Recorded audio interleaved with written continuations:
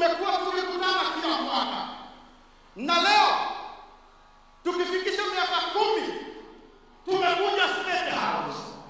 Na wakati Roho alikuwa anaongea, Roho wa Mungu alinenea wachungaji, akawaambia nikwambie hivi, vile tu kanisa imefikisha miaka 10, pia wewe Mheshimiwa Rais unafikisha miaka 10 hii State House, kwa neema ya Mungu.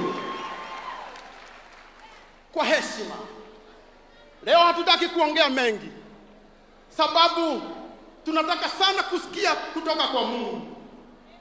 Nimeona ndugu yetu ambaye tulikuwa na yeye tukianza, Mheshimiwa Moses Kuria, alifunga kilemba jana usiku. Huyu ametushikilia sana. Nataka kutoka saa hii, our majority leader Honorable Kimani Ichung'wah, wakitawala Kimani Ichung'wah, na wale viongozi wote ambao wamefika.